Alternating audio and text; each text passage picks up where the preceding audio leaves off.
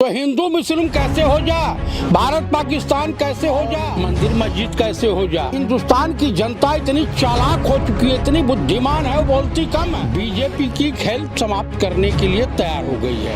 ऐसे पागलों की जरूरत बीजेपी आरएसएस को है। ये देशद्रोही और गद्दार है। इसे तत्काल प्रभाव से जेल की काल कोठरी में बंद करना चाहिए और जूता जूता मारना चाहिए ऐसे अभिनेत्री को। ये महिला के नाम पे कलंक है, सुरसा है, डाइन है। हमारे देश के स्वतंत्रता संग्राम सेनानियों का इसने जो है अपमान किया। आरएसएस तो इस देश का गद्दार है, गद्दार है, गद्दार है। ये आरएसएस एक आतंकवादी संगठन है। बहुत बड़ा बयान दे रहे हैं आप, कंट्रोवर्शियल बयान दे रहे हैं। आरएसएस को आप आतंकी संगठन बता रहे हैं। मैं बता रहा हूँ, ये स्वतंत्रता आंदोलन में कभी भी साथ नहीं था। मेरा हिंदू धर्म नहीं है, क्योंकि हिंदू धर्म कोई होता ही नहीं है। हो तो बता दीजिए। मैं सनातनी सनातनी ब्राह्मण हूँ, मेरा धर्म सनातन है। हिंदू नहीं है आप? मैं हिंदू नहीं हूँ। हाँ, आप हिंदू नहीं? नहीं, एकदम जिस तरह से गधे के सर से सिंह गायब हो जाती है, उसी तरीके से इस देश से भाजपा और संघ परिवार गायब हो जाएगा। अब देश की जनता ये भली भांत जान गई है कि देश का प्रधानमंत्री अडानी अंबानी का नौकर है, चपरासी है। नमस्कार, मैं शालिनी झा और आप देख रहे हैं पीआरबी न्यूज। इस समय हम मौजूद हैं दिल्ली में और बातचीत करने के लिए हमारे साथ एक बार फिर से आ गए हैं जयप्रकाश चतुर्वेदी जी, जो तमाम मुद्दों पर अपनी राय बेबाकी से रखते हैं। आज इनसे जानेंगे, बहुत ज्यादा विरोध में है अजान और नमाज, जिसको लेकर पहले हिंदू संगठन और कपिल मिश्रा ने विरोध किया था। इसके बाद अब बीजेपी की ही नेता साध्वी प्रज्ञा ने अजान का विरोध किया है। उसके बारे में आज हम इनसे चर्चा करेंगे। साध्वी प्रज्ञा ठाकुर जो है खुद टेररिस्ट रही हैं, तो उनको जो है इस तरह का उत्तर प्रदेश, उत्तराखंड, पंजाब, गोवा और मेघालय में चुनाव होने हैं, तो इनके पास विकास के नाम पर वोट मांगने का तो कुछ है नहीं। तो हिंदू मुस्लिम कैसे हो जा, भारत पाकिस्तान कैसे हो जा और मंदिर मस्जिद कैसे हो जा। तो देखिए, हिंदुस्तान की जनता इतनी चालाक हो चुकी है, इतनी बुद्धिमान है, वो बोलती कम है। लेकिन बैलेट पेपर के माध्यम से और ईवीएम के मार्फत बीजेपी की खेल समाप्त करने के लिए तैयार हो गई है। उत्तर प्रदेश में इनकी दुकानदारी बंद होने जा रही है। उत्तर प्रदेश हारते ही हिंदुस्तान से विदाई इनकी हो जा रही है। कोई भी राजनीतिक दल हो, जब धर्म का सहारा लेकर के, देवी देवताओं का सहारा लेकर के देश की जनता को चूतिया और मूर्ख बनाने की कल्पना करने लगता है और चाहत रखता है, तो उस दल का पतन निश्चित है। आप बहुत देर तक 15 लाख के लालच में हम अजान नहीं होने देंगे, हम नमाज नहीं अदा करने देंगे। अरे भाई, विश्व में सनातन धर्म का पतन करने पे क्यों उतारू हो? लेकिन जब इस साध्वी प्रज्ञा ऐसा बयान देती हैं, कपिल मिश्रा ऐसा बयान देते हैं, तो बीजेपी इनके खिलाफ बोलती क्यों नहीं है? इनके खिलाफ कार्यवाही क्यों नहीं की जाती है? बीजेपी विकास के नाम पर वोट मांग नहीं सकती है। विकास के नाम पर इनके पास रिपोर्ट कार्ड दिखाने के लिए कोई नहीं, कुछ नहीं है। इस कहीं सैनिकों की हत्या करवा देंगे, कहीं हिंदू मुस्लिम राइट करवाएंगे, कहीं कुछ करवाएंगे, तो उससे अब वोट नहीं मिलने वाला है। आप विकास पे आइए ना, विकास में आने में शर्म लगती है, मुख पे कालिक पोत गई है। जो विकास के मुद्दे पर आप वोट नहीं मांगते हो, हाँ? तो विकास का मुद्दा नहीं है, तो आपको इसलिए लगता है कि हिंदू मुस्लिम का मुद्दा लेकर आते हैं बार बार? लेकिन इस बार चलेगा नहीं। उत्तर प्रदेश में तो कतई नहीं चलेगा, पंजाब में नहीं चलेगा, उत्तराखंड में नहीं चलेगा और गोवा में नहीं चलेगा, मेघालय में नहीं चलेगा।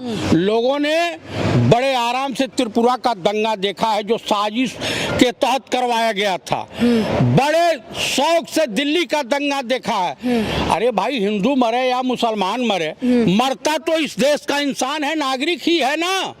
हाँ? लेकिन जब भी चुनाव आता है तो क्यों हिंदू मुस्लिम करने लग जाती है बीजेपी? चुनाव के वक्त ही क्यों?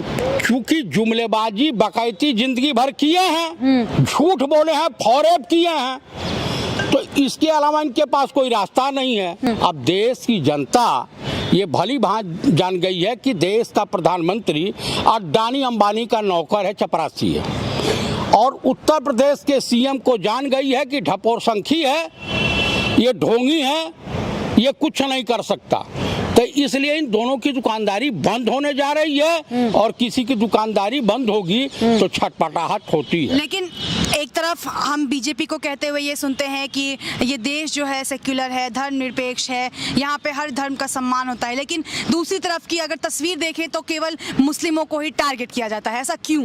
आपको मैं दावे के साथ कह रहा हूँ कि अभी किसानों की कोई बिरादरी नहीं होती, कोई दिन नहीं होता, कोई धर्म नहीं होता, इनका ईमान होता है, और किसान अन्नदाता होता है। किसानों के खिलाफ इन्होंने किस तरह से साजिश रची, उसके बाद आप देख लिए इस देश का बेरोजगार नौजवान सड़कों पे है, उसके बाद श्रमिक सड़कों पे है, तमाम कल कारखाने बंद हो गए हैं, उसके बाद आप आइए इनकी एक जो है चहेती दलाली में पुरस्कार मिलता है, आजादी नहीं।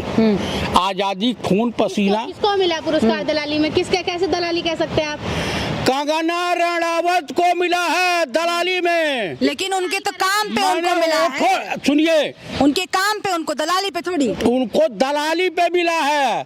ये कहावत प्रचलित है, इसे हम लोग पागल कहें या देशद्रोही कहें, Gandhi ji father of nation in India, Chandrashekhar Azad, शहीद भगत सिंह, पंडित जवाहरलाल नेहरू, स्वर्गीय श्रीमती इंदिरा गांधी, लाल बहादुर शास्त्री, उसके बाद अशफाकुल्लाह खां, उसके बाद सुभाष चंद्र बोस, इन सबकी कुर्बानियों को तुम कहती हो कि 1947 में भीख मिली थी आजादी के रूप में, 2014 के बाद आजादी हुई।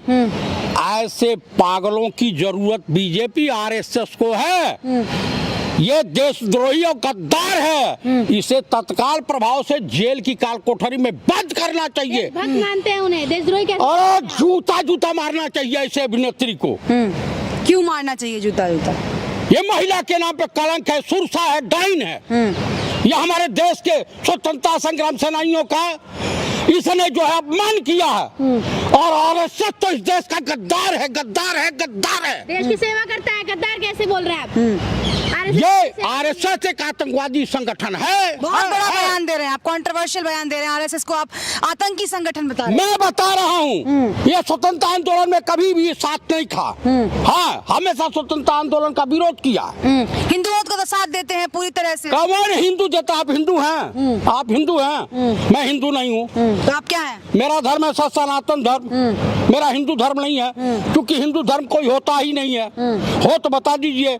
हमारे हिंदू धर्म नहीं होता, ऐसे कैसे? आप खुद भी तो हिंदू हैं। मैं सनातनी ब्राह्मण हूँ, मेरा धर्म सनातन है, सनातन धर्म। मैं हिंदू नहीं हूँ। हाँ, आप हिंदू नहीं है। अभी अच्छा एक सहयोगी दल है जो भाजपा का, उन्होंने बयान दिया है, संजय निषाद ने राम भगवान को लेकर, राम को लेकर आपत्तिजनक टिप्पणी की है। उस पर भाजपा कुछ नहीं कह रही है, लेकिन कांग्रेस के नेता ने अगर हिंदुओं की तुलना आईएसआई से कर दी तो उस पर इतना बवाल। हिंदुओं की तुलना नहीं किया है, उन्होंने तुलना किया आरएसएस जैसे संगठन जो धार्मिक विचारधाराओं को लेकर के राजनीति की हम नमाज नहीं अदा करने देंगे।